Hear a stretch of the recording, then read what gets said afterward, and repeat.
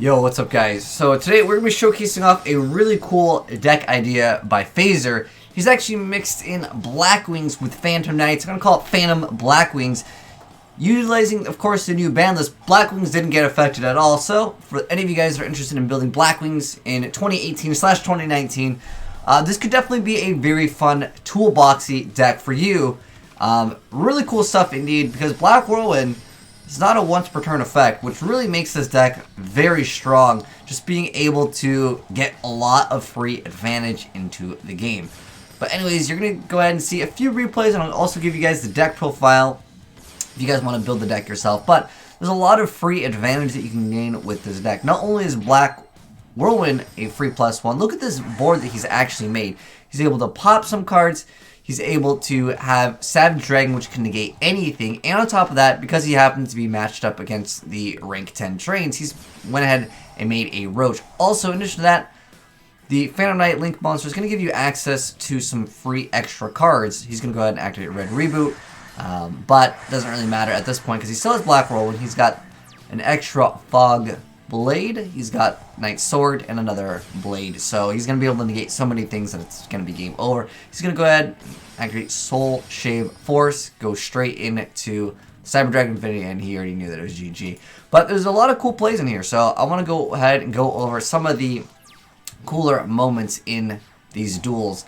Really showcasing off how the deck can actually play, because the deck is not easy. I was looking at this deck and I'm like, dude, this looks really interesting after seeing what he can actually make. But I would say this is definitely a deck that you need kind of get a few examples from so you guys can understand how to play the deck. I'm honestly still a little bit lost on every single combo, but after watching it a few times, you might be able to get an idea of how you can play the deck. But there's a lot of turn 1 boards that you can make in, surprisingly, Blackwings to be very, very strong. And we have Quantum Dragon, which is forcing your opponent to actually get rid of this card. And then on top of that, you have the Revolution Falcon, which when this card goes away, oh, what if I can mouse over it? You're going to be able to summon a Revolution Falcon from your extra deck.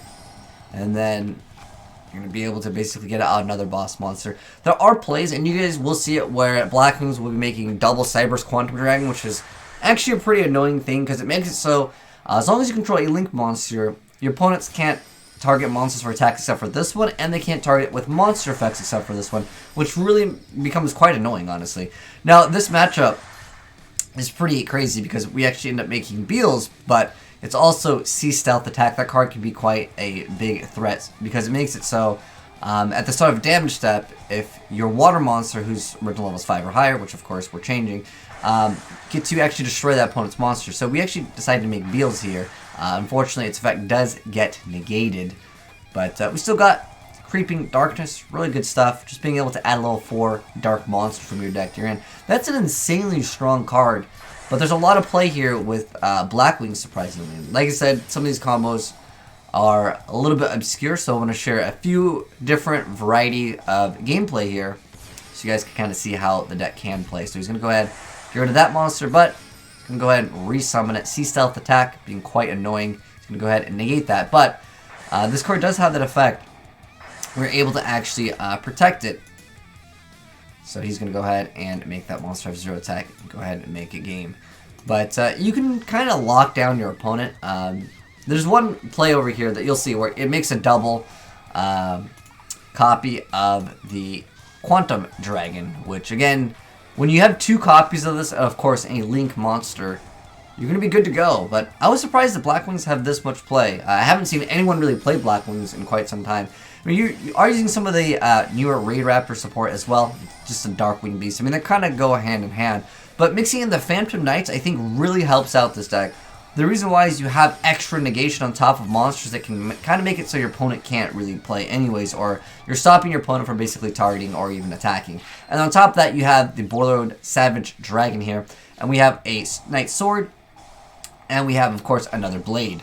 So we have negation with this, and this can kind of negate some other destruction effect that your opponent would have. And then on top of that, you have this, which, yeah, you're going to get another Revolution Falcon anyway. So we're going to go ahead and negate the Ultra Evolution from here. He's going to go ahead and make Unicorn to go ahead and get rid of that, but he's going to go ahead and use the Sword.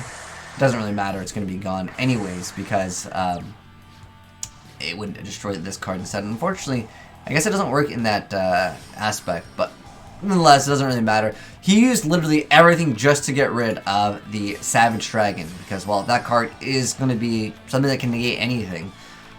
And it also has a pretty decent amount of attack. It's going to go ahead and crash, go right into the Revolution Falcon. It'll take some damage. But yeah, the Revolution Falcon is a pretty decent card just to easily make a game, but at this point it's going to be very difficult for him to come back. The Pregnant Switchling is not going to do too much. He's going to go ahead and boost it up. The guy was just like, dude, I give up. And I don't really blame him for that. This one, it's not against what I would consider very bad. I don't know why you would even play Blacklist or Super Soldier in the Magical Musketeers. In fact, I would love for this thing to be good, but it just really isn't. It's more so to showcase off, guys, other combos and potential things that you can do with this deck. I was thinking maybe if some of the support was like light and dark, it would make it a little bit better. But yeah, these are technically all lights. There's no darks in the Magical Musketeers. I was hoping the Link one would be at least dark. That way you can throw in Blackluster Soldier. Now, I know Steel Swarm Roach probably isn't like the greatest against this deck, but nonetheless, he decided to go for it. This is still a pretty decent little play here. He's got Roach to potentially stop multiple special summons, depending on, of course, what deck. Keep in mind that Roach can only stop inherent special summons, but you still have Infinity to negate, and again, the Phantom Knight's Blade over here, just to be able to stop your opponent from doing other things, and you have this to protect your Infinity as well. But yeah, you have like 2, sometimes 3 negations per turn, and obviously that can be pretty good. Oh no, this one's similar to the other one. I wanted to showcase off the one where it is versus another Blackwing. It was Blackwings versus Blackwings. Here's a good one. So this other guy is actually playing Blackwings as well. Now his build is not. Go over his variant. So Soy Boy over here is playing a different variant of Blackwings, but it just shows you guys what you can do with Blackwings in 2018. Because like I said, I haven't really seen that many good Blackwing decks. Once in a while, I'll see Blackwings, but it's like the very, very bread and butter Blackwings. Heck, where's Kalu? Like I haven't seen anyone even play that, but he's able to make, again, a very powerful play turn 1. In fact, this card over here, I didn't think anyone would actually use this, but it's not a bad card to just go ahead and add any Blackwing monster. You add the one that's going to give you Whirlwind. And look at this turn 1 play here. He's got double Quantum Dragons. Which, again, remember, your opponent can't target attacks for this one, but he's got 2 of them, and they can't target with effects, except for this one. He's got 2 of them.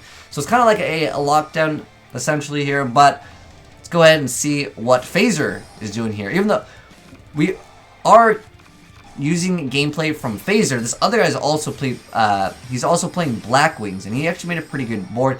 But the Ice Beast Zero Fine, this card is insane. I mean, look, he negated all of their effects with 4,700 attack. He's gonna go ahead and burn his opponent there. So I'm gonna crash those monsters. Attack there, attack directly for 4,700. Exact number for game. That was really good, Phaser. Exact amount of damage to make a game. Now, I know a lot of you guys have seen that gameplay, like, dude, I want that Blackwing deck. Don't worry, I got you. I thought it was really cool. So shoutouts to Phaser, man. You really built a really cool looking Blackwing deck. Yeah, the Phantom Blackwings 2018. Like I said, they're pretty much unaffected by the ban list, and a lot of you guys probably have some Blackwings lying around anyways, so it probably is a relatively inexpensive deck to make, minus maybe a few cards in the extra deck. Remember at one point Beals was shooting up to like $30. But anyways, yeah, let's go ahead and go over the deck profile for any of you guys that are interested in building this deck. So first off, we have 3 copies of Simoon. There is technically another Blackwing monster. We didn't bust it out. It's kind of like their version of Towers. Didn't even need it. But in the off chance that you're playing against some anti-meta-ish deck, sometimes you can just make this card and you instantly win. But we didn't even need to. So this is the 4 Armor Master. It's unaffected by other card effects, and it's got 3k attack, and then also technically you can maybe steal one of your opponent's monsters, but for the most part it's just a monster with 3k attack, and it's immune to other card effects. But oh, I also wanted to mention that this does also include your card effects. You cannot collude with it, because I was thinking, oh dude, I could just use collude, and then it's unaffected by even your own card effects, so keep that in mind in the off chance you bring that out. But yeah, we got 3 copies of Simoon, which is basically just turboing and making the full Armor Master. We have 2 copies of Chris, the Crack of Dawn. So a lot of these cards are just basically special summon. I mean, we're playing 3 Boar at a special summon, we're playing Zephyros, which is back Black Whirlwind, which you can just activate again. Because like I said, Black Whirlwind, since it's not a once per turn, it can get actually pretty insane. But also, you're able to have it sit on the board. So if your opponent doesn't get rid of what you've had on turn 1, which is usually like 2 to 3 negates, also with the Phantom Knight's Blade, you're able to do a lot of stuff. But yeah, we got 3 copies of Borat, then we got the Zephyros, we have 3 copies of Oster. So this is the card that you're going to be utilizing with Allure of Darkness, or anything that actually banishes. Creeping Darkness can actually gain a lot of advantage. I can't believe we're seeing Oster see some really good play here. But yeah, it lets you get one of your level 4 lower Blackwings that's banished, just special summon it. And then also you can banish this card to place Black Feather counters or place a Wedge counter. It's technically for full Armor Master, but don't worry too much about it. Then we have Gen X Birdman. We have 3 copies of Gale. Now keep in mind, when you're using Birdman's effect to bounce back a card, it's basically just like another free special summon over here. We have 3 copies of Gale. We have 2 copies of the Silent Boots, of course, for the Phantom Knight engine. This card is just really good because this just requires dark monsters. And then we have 1 copy of Harmattan the Dust. Again, a lot of these are just free special summon monsters. Then also we have Orochi over here. Again, another special summon free monster. 3 copies of Allure because it works really well in the deck. We have the Rank Up Magic Soul Shave Force. We have the Rank Up Magic Skip Force. 3 copies of Creeping Darkness. 1 Monster Reborn. 3 copies of Called by the Grave. 3 copies of Whirlwind. 3 copies of the Phantom Knight's Blade. 2 copies of the Phantom Knight's Sword. So this kind of help you protect your monster. And then also, when what it says, you can destroy this card instead of whatever monster you're equipping this to gain the boost of attack.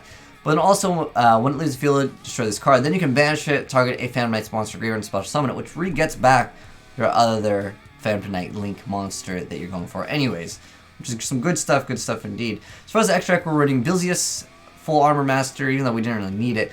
Beals, we've got the Savage Dragon, which we're actually making quite a bit in this deck. And then we have the Cyber's Quantum Dragon. Now, his build is only playing 1. You can technically run 2 copies of it if you want to go for that like lockdown build. And the off chance that you do want to do that. But he got Ice Zero Fine, which I think is a really great card as well. So yeah, we have also Infinity. We've got Revolution Falcon. We've got, well, I should probably say Air Raid, and then we got the other one, the Revolution Falcon, because technically they are both Revolution Falcon. Then we have the number 41. Again, Ice Beast Zero Fine. Roach. I think this card is kind of a card that people don't really remember, but it's not that bad of a card if you know exactly what you're matched up against. Making this turn 1 can automatically beat certain decks. Like, for example, the Hieratic Dragons, like that's a real tough matchup sometimes.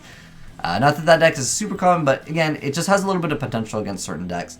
And then we have 4 Strix, Phantom Knights, and then Y Strix, and Princess Witchling, which I don't think we busted out too often, but it is kind of a stepping stone card and can help you out in some circumstances. But anyways, guys, that is the Phantom Blackwing deck. Like I said, like this card actually adds so much. Even though we're only playing a few Phantom Knights, like the monsters, the trap cards over here is really what makes the deck so strong for those turn 1 plays of multiple negations. Like being able to negate 3 cards, and if your opponent doesn't really stop you, you're just going to be able to whirlwind next turn, even if you're making it a slower duel. It's going to be real hard to defeat sometimes. Anyways, hope you guys enjoyed seeing that deck profile, and once again, shout out to the homie over here, Phaser, for hooking me up with his awesome Phantom Blackwing deck, or Blackwing Phantom. I'm not sure what I'm going to call it. But anyways, hope you guys enjoyed the vid. If you did, drop a like on it. If you're new to the channel, hit the subscribe button to see more Yu-Gi-Oh! Duels. And if you guys want to send any replays, feel free to go ahead and send them in to AzneyesReplays@gmail.com. Thanks for watching, and peace out.